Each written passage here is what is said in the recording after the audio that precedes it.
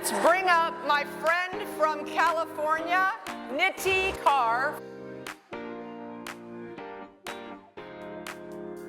Hello, everyone. Good afternoon. So say hello to Nitti Kaur from Los Angeles. where my son lives. Just around the corner, not too far. Yes. Raise your hand if you came from California. They were all on very long flights yesterday, so thank you all for being here. Commitment, Beth. We love you, so thank you. My pleasure. I love you too. So, your journey. So, Nitti came up to me last year and said, oh my gosh, this is amazing. And I work for family offices. I said, oh, I need you. We need to talk about that, family offices. So first of all, tell them what a family office is. So a family office is a family or a group of relatives within the same family who have a liquid net worth of at least 30 million and up. 30 million. And tell them what you do with these families. I am a real estate portfolio manager for these family offices, which basically means is that I analyze their entire real estate assets, portfolio, what kind of asset classes they have, how long they've had it for, and then I ask very, very important personal questions. What are your goals? What's the goal for the next generation? Because there is a saying that the first generation makes it, the second generation maintains it, and the third generation squanders it. So I work with the first generation primarily, and now I have transitioned to working with the second generation as well, because the first generation has passed away, and I advise them and guide them how to make sure that the real estate portfolio that their grandfather or father made is not squandered away. And obviously you started when you were 8. Kinda, sorta. Right? So how did you get into this? Because, you know, raise your hand if you would like to advise $30 million portfolio family funds, right? Okay, so how did that happen? So it's a failure to a triumph story.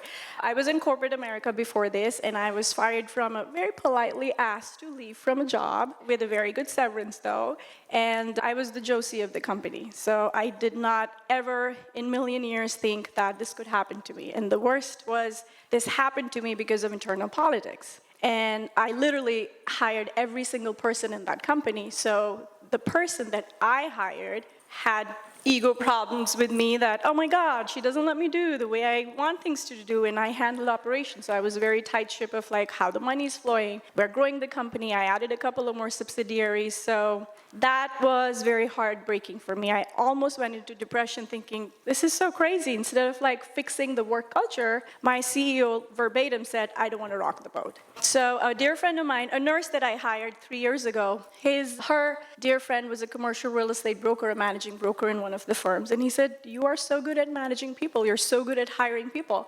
Come, just join me.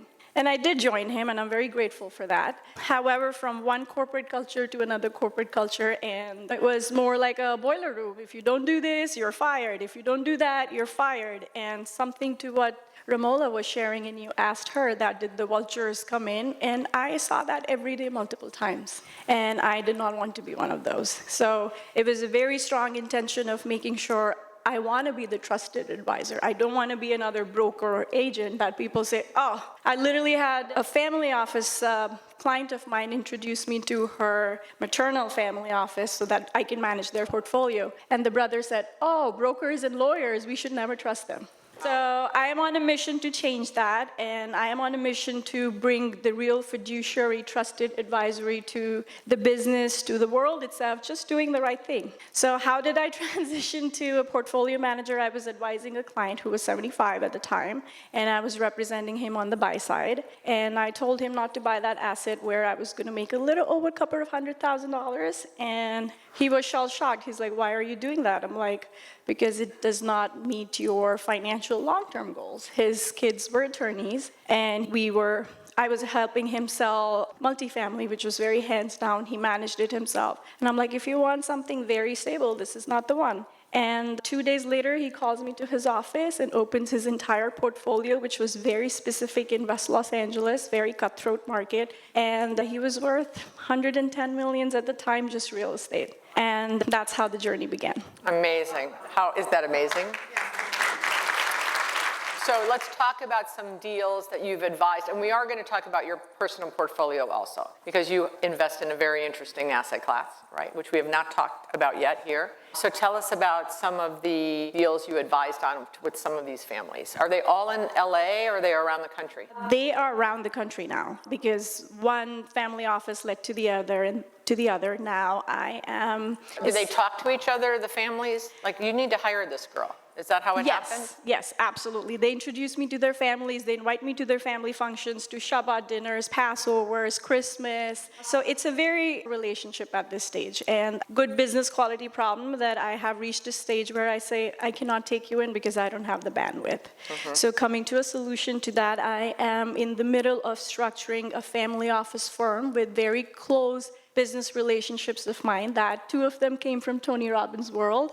And we are collaborating all our expertise together, mine in real estate, they're in investment banking and deep tech. And we'll be serving family offices in Europe, Asia, and United States, and advising them not only just on real estate, but also in private businesses, in tech startups, in ESG investments, and artwork. Amazing. Okay, so let's shift a little bit. Let's talk about the ADU. So in 2020, California made a law effective that every single family home has by right now to build 2 more units on their lot. What has to be the minimum size lot? 5,000 square feet. Are these your pictures? Yes, so this is one of the Thank you, property. Steve and Alex. You guys are awesome. Okay, so 5,000 square feet, and you can build 2 additional units. This is 7,000 square feet, a little shy of 7,000. I bought it in a very gentrifying area, which is up and coming because I have all the time in the world. I wanted to appreciate versus more than, hey, I want to get another $500. I'm looking for the appreciation. So there is a junior ADU. I'm going to stop you for a second. When you said I have all the time in the world, you mean your age. Correct. So not your day-to-day time management. No, You're age. saying, I'm young because I started when I was 8, and I have way more years than Beth, who's 63, right? Beth, I stand on giant shoulders of yours, but yes. So that's what she means by she's got a lot of time. And I do think, different investors have different risk tolerances that have a lot to do with our ages, right? Because I was way more risky 30 years ago. Okay, so you had more time. So, and I'm a commercial real estate broker, so I don't even do residential, but this was too good to be passed. I built an ADU behind this, which is an accessory dwelling unit. So wait, did you buy the house first? I bought the house. How much was that? $850. $850 on 5,000 square feet, 7,000 square feet. Little shy of 7,000. And then you built an ADU. Right. That used to be the garage, and I've converted into the ADU, which is little shy of 1,200 square feet, 2 bedroom, 2 bath. And how much did that cost you? $160 a square foot. So total is? $180,000, including landscaping, and this is rented out for $3,500, and the other one's rented out for $4,500. So I make those numbers work, right, Natasha? Natasha and Nikki, my underwriters, those numbers definitely work. So on this $160 a square foot, my return within 8 months is 22%. That's amazing. Can we give her a round of applause? So have you done more? When did you do this? I have done 2 more with the help of my cousin who has 30 single-family homes in his portfolio. So you're doing them on his properties? I'm doing on mine and his. So I shadowed him for the first 2 that he was doing, and then I bought 2 with my clients. I ask money from everyone. Anyone and everyone that I know would be a great fit. I'm actually going to send you deals. I went to the room yesterday. I'm like, which deals am I sending her? So okay, yes, great. Okay, yes. Everyone send me deals. Okay, awesome. So you shadowed your cousin why did you shadow your cousin? Because construction is a completely different ballgame. Yeah, you need Jessica. And it's very brain damaging. And so much brain damage. I almost felt like, oh my God, I am so nincompoop, I don't understand anything. So I didn't want to be that person. I didn't want contractors overcharging me or subcontractors overcharged me. So I shadowed him in 2 of his ground up development for ADU. And then I bought 2 of my own with my clients. And this is my own, which I hope to keep it for a long time. And I'm buying a house across the street. I've already put an offer on the other house. So copy pasting it. So what other states have this ADU thing? There are 8 more states. We all need to know if we live in a county where it's allowed. So I because, have that covered in my breakout session. oh, you do? Yes. Okay, did you hear that? In her breakout session, you have the whole US geography? Yes, I have. There are 8 states that already have very similar laws to California. So JADU, which needs to be attached to your primary residence or the main house, and then ADU, which is detached 1,200 square feet. 8 states has the same law. Ohio and Florida just passed laws like late last year. So I have slides where I am giving you step-by-step instructions, how to find, where to go, who to talk to, how to underwrite it, everything. Josie has the copy, so when you go back home, you'll have that with you, and you can also contact me. So tell us some challenges from the beginning to now with this ADU thing. Finding right people. Finding subcontractors, finding right people, very hard. You remember I told you yesterday, oh my God, I was just on phone calls back to back and please stop calling me. I was putting out fires is because we're on another property, we were building a block wall and the guy just orders stuff without even asking me, and he's a subcontractor and he's charging me like $40,000 for landscaping and stuff. I'm like, that's fine, but if you're ordering something, at least tell me that you're ordering something. Don't do stuff without telling me and then asking me, send $1,500, send $800, and he got offended. So it's such a tricky situation where you don't want to burn the bridge with them. They're working on your property, but at the same time, you want to make sure that nobody's trying to take advantage of you. So are you acting as your own GC? I am, with the help of my cousin, correct? Is your cousin a licensed? Yes. Are you a licensed GC? I am not a licensed GC. So for homeowners, mostly in all states, again, my slide will cover that, where to find the information. But I believe this is a federal law. If you're a homeowner, you can be your own GC. You need to get a certain type of insurance to make sure that if something happens during construction or renovation, you just need to have an appropriate insurance. But as a homeowner, you're not legally bound to hire a GC, which is why I'm coming to $160 a square foot. I finished this in $180,000 all in, and I was quoted from $500,000 to $350,000 to $300,000, and I was like, that's why I'm getting 22%. But it's a lot of work. It's a lot of work. It's a lot of work. So when you bought the $800,000 home and you built the 180, you did that with one of your family office's monies? No, my own money. Your own money? Yeah, the other 2 that I flipped was with other clients that we were finding tenants for one of the family office buildings. So this one that you did with your own money, did you finance the house? Yes, I got exceptionally good price, 2.25% or maybe less than that, and I billed the ADU all cash. Awesome.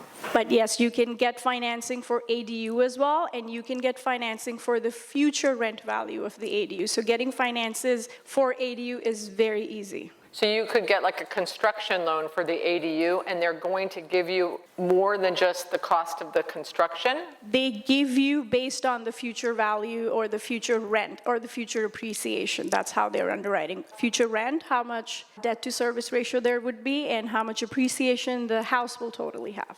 And what kind of lenders are doing this? Most of all residential mortgage lenders are doing it. Wow. At least in California, yeah. That's amazing. Yeah, this is on fire in California right now. A lot of commercial real estate people have put pauses on investing in like strip centers and flipping it because there is a lot of inventory right now in gentrifying areas in Los Angeles where you can do this now, get the appreciation, hold on to it for 4, 5, 7 years, and you'll have a really good, very smart exit. So my son lives in Encino with 7 YouTubers in a mansion. You should see what it looks like, a frat house. But he lives in what he called the pool house. And he pays $1,500, but it's his own place, right? And it's old, it's not a new ADU. It was an old ADU, they did it years ago. But $1,500, there's 7 other people living in the 2-story, 5-bedroom house. He's paying $1,500 for the room. Right. Because he's sharing it. No, he's living in this little freestanding ADU. pool house. Pool house. It's an ADU, I guess we call it. In my age, we call it the pool house. Correct, yeah. But it's not new. It's been there forever and ever. I was shadowing my cousin actually in Valley. One was in Chatsworth, one was in Van Nuys, super close to Encino. And we leased it, we put it on Zillow. And within 5 hours, we had 30 applications, not phone calls, but 30 applications. We listed it for $2,600, we leased it for $3,000. Outdoor space is the key, not just inside, but if you give them a little patio, a little outdoor space, it's a game changer. So that's one of the things you've learned by doing. Absolutely. I mean, if I want to pay $3,500, $2,000, $2,500, I want some space where I can go out and breathe too. So not just inside, but outdoors. If you have the capability in your property, in the land, to add some nice patio, it really makes a difference. So are there people living in the main house? Yes. So if I'm living in my main house with my husband and my kids, and then I've got someone living in the pool house, the ADU. Correct. So Does anyone think that might be a little weird? Yes. we right? used to have in-law house all the time. So basically it's in-law house or granny flats coming to But it's not ADU. the in-laws or the nannies, it's strangers. Right. So let me ask you, so you're the investor, so you rent the main house. Now in retail, there'd be an exclusive use category on the ADU, right? It would say no smokers, no dogs, am I right? Like in our business, my retail business, there would be restrictions put.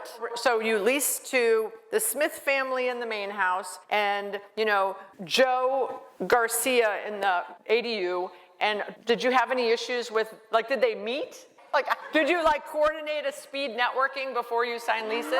It's a very cordial relationship between the two tenants, and they understand that they're sharing the property, but also they have their own space. So I'm just going to take this as an example. So if this is the lot, half of the lot is the front house and half of the lot is the back house. In this specific property, I have put a fence in the middle so that the front house has its own patio. The front house has the front patio and the back patio plus 2-car parking. And the ADU, the only space that they're sharing is the driveway. That's it. Nothing else. So the fence, that's better. Right. So there is a fence in the middle so that everybody has their privacy, correct. And this property is super close to Cedars-Sinai, so I actually have traveling nurses living here. Oh, so that's it's like great. 9 months, 4 months, 3 months. So it's not an Airbnb in and out, but good quality tenants who will take care of the property, and also nurses work really long hours. So How long of leases do you sign for both? I have signed 3 months with the traveling nurses, 6 months for the other property with another traveling nurses.